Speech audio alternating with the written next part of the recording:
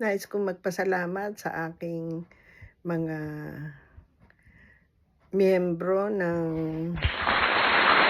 Miss Angel 56 at growing pa. Ayan, sila ay mga subscriber na nag-join as member. Sana kayo rin. At inaasahan ko na lang pa tayo para mas marami tayong matulungan. Ayan sila.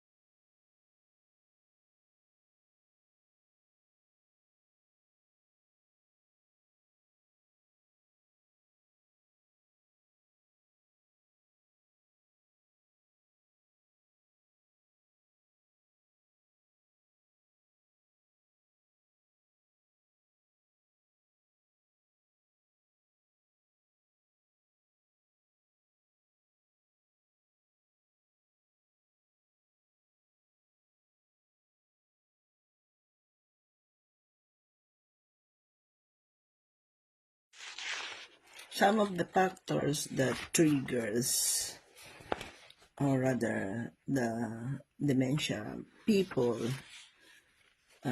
change their attitudes. Ayan. These are the factors. Anxiety. These are many aspects of person's life can cause them to become anxious. The multiple frustration of daily activities, feeling unwell, feeling pressured to perform beyond current abilities, and being unable to tell you what is wrong, wrong can all cause anxiety, clinging behavior, such as when the person will not let you out of sight even to go to the toilet is another sign of anxiety. Anxiety can be response to tension or the negative feelings of other people. Health and medication. This is also one of the factors that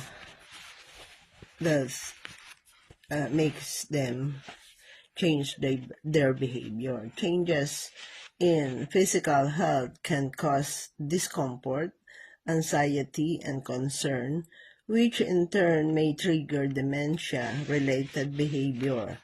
Some medication can increase the person's confusion and agitation and alter their body function. For example, some sleeping tablets can also cause incontinence or urinary retentions.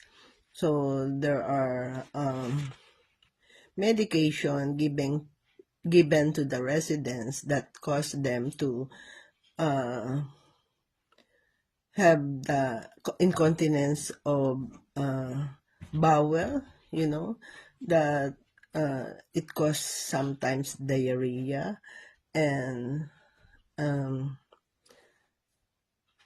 the pees, they are incontinence of urine, that they pee a lot, that they need to have a good pad to be able for them to be settled. And when you feel that they are restless, for sure, they need to be changed their paths. Self-esteem and dignity. A person living with dementia may feel humiliated because of the needs to accept help with personal cares for functions such as bathing, toileting, and dressing. The person may also feel that their independence and privacy are being threatened. They can lead to negative responses when personal care is suggested. So, sa pakiramdam nila, nawala na yung kanilang independence at privacy. They feel too bad na kailangang may gagawa para sa kanila ng mga bagay na dati nilang ginagawa before nang sila ay okay pa. So, yan po. Another factor is loss of independence. Eto na yon. The persons find it more difficult to complete tasks they previously found simple and may be aware of their reduced functions. This can lead to physical or verbal aggression towards the people who are supporting them, which is, this normally happens sa mga rest home, sa facilities for the elderly dahil hindi nila matanggap na hindi na nila kayang gawain yun at kailangan na sila ay maglalagay ng briefs, ayan, sa tulong ng ibang tao. Madalas po yun nangyayari. Sa Antitaan, madalas nasisigawan. Nasisigawan ng mga elderly kasi pakiramdam nila, kaya pa nila pero hindi na nila kaya. Pero kailangan po, pag nagtatrabaho tayo sa ganitong mga facilities, malawak ang ating pangunawa at pasensya. Ngayon, kung sa bahay naman po sa Pinas, mas kailangan natin ang pasensya dahil sila ay ating mga kamag-anak. At hindi naman nila ginusto na magkaroon ng ganong katayuan ng kalagayan. Pero ando na po yun, kaya lawakan po natin ang pangunawa at pasensya. Attempt to help the person can emphasize their lost ability, maintaining the person's independence whenever possible is a major factor in balancing their frustration level with a sense of personal achievements. Ayan. Services limitation. When only a few people are available to care for the person living with dementia, they may not be able to provide the individualized support that the person requires. So these are the facts, reminders of past trauma. As recent memories fade, memories of past trauma can become stronger and more upsetting. Ayan. Care support may trigger reminders of past trauma, such as not wanting to be watched by someone when they have been sexually abused in the past. So, yung mga naka-experience ng mga sexually abused sa kanilang past, parang takot sila na may caregiver na magbibigay ng care sa kanila. So, merong ganito po. Maraming ganitong experience. So, sa bahay, kung ito ay mangyari sa Pinas, paliwanag po ang napakalaking bagay para siya ay makalimutan niya yung mga trauma na nangyari sa buhay niya. Let them feel how much we care for them, that whatever happens in the past, you are there as their family who love and still care for her, and no matter what happens, she will be loved and cared by the family.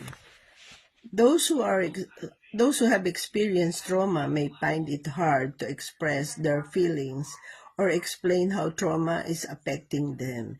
Instead, they may show distress in other ways. So, dahil hindi nga nila makaliwanag ang kanilang nararamdaman at hindi nila sabi sa inyo kung anong klase ng trauma yun. Kaya, lagi siyang mainit ang ulo. Dahil hindi niya maipaliwanag sa inyo. Restless siya. Ayun, yung mga bagay na ganun. They may be agitated, irritable, emotional, not eating, withdrawn, not sleeping, or even aggressive. Ayan po. Marami pong ganyan sa mga facilities na lagi mainit ang ulo, may umiiyak, meron naman laging sigaw ng sigaw, meron hindi nakain, hindi natutulog, at laging aggressive. Ang titaan nyo, madalas hinahabol.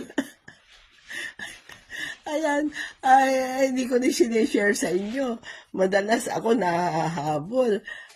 Nasasaktan pa The past few days, ilang beses ako hinabol at sasaktan. Buti na lang, maliksi ang titaan. Tatakbo talaga. Ayun. At saka nag-ring ako ng emergency para assistance. Kasi,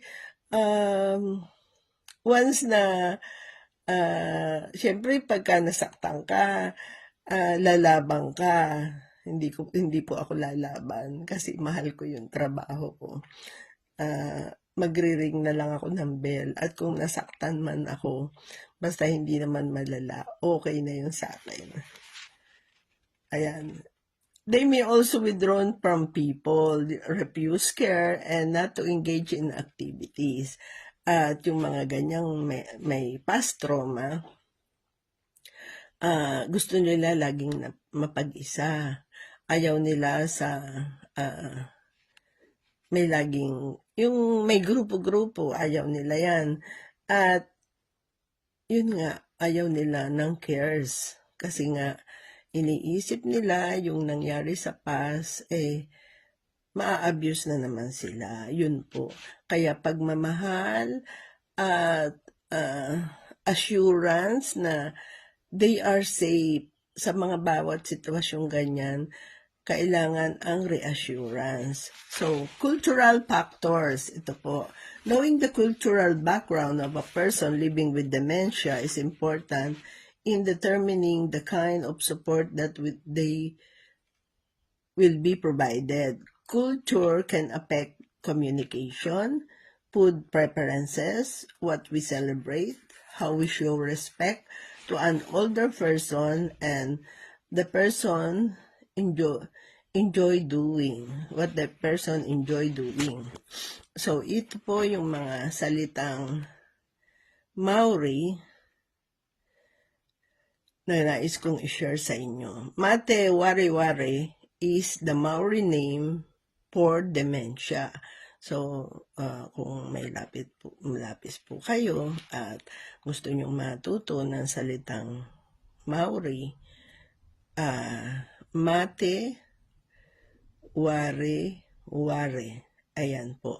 Ayan ang dementia. So, wag niyo po yan babanggitin kung may kaharap kayo na Maori. So, parang sinabi niyo na rin sa kanya na siya ay may dementia. Ayun. As dementia progresses, the way a person responds to cultural factors can change.